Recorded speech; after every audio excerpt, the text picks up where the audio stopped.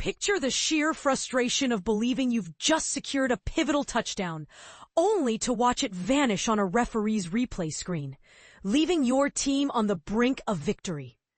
That's the raw emotion Minnesota Vikings tight end TJ Hockenson felt after a disputed call turned the tide in their 28-22 defeat to the Philadelphia Eagles. But here's where it gets controversial. Was this overturn a fair application of the rules? Or an overreach that robbed the Vikings of a chance to tie the game? Let's dive into the details and explore why this moment has sparked heated debates among fans and analysts alike.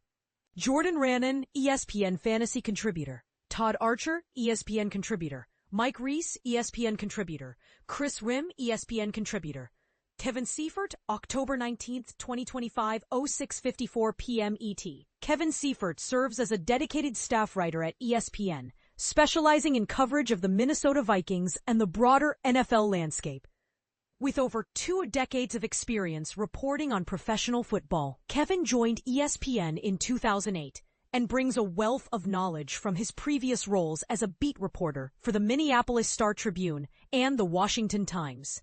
He holds a degree from the University of Virginia. Minneapolis, in a tense Sunday showdown, Vikings tight end TJ Hockenson expressed deep outrage following the NFL replay officials' decision to reverse a fourth-quarter touchdown reception that could have narrowed the Philadelphia Eagles' advantage to just 2 points, ultimately leading to Minnesota's 28-22 setback. Hockenson insisted he maintained firm possession of the ball throughout the play and shared that a couple of officials from referee Bill Vinovich's team initially confirmed to him that it qualified as a legitimate catch and a score, even after the official overturn. There was absolutely no reason to change that call, Hockenson remarked. I was right there on the field, experiencing it firsthand. My hands were securely under the ball. I grabbed it firmly, and I just can't wrap my head around it. Honestly, at this stage, the catch rule feels completely baffling to me. I don't get how the officials in New York can remotely decide, yep, that's not a catch, without any solid proof that it wasn't. I clearly had control of it. It's just absurd. Every scoring opportunity in the NFL undergoes mandatory review. Vinovich's officiating squad initially awarded Hockenson a 15-yard touchdown grab on a 3rd and 2 situation with 2 minutes and 58 seconds left in the contest. Preliminary video replays indicated some minor shifting of the ball as Hockenson lunged toward the turf, but the league's replay guidelines dictate that the original ruling stands unless clear and unmistakable footage demonstrates a different outcome is warranted. In his poll report, Instant Replay Vice President Mark Butterworth emphasized that such evidence existed.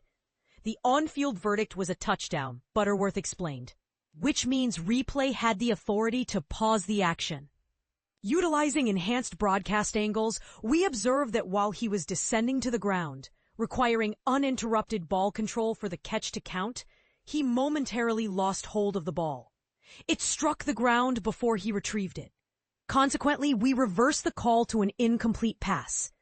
If the scoring play had stood, and assuming a successful extra point attempt, the Vikings would have been down 28-26, with all 3 timeouts intact. Kicker Will Reichard had previously nailed a 59-yard field goal earlier in the game, positioning the Vikings for a potential comeback if they regained possession and advanced near the Eagles' 40-yard line.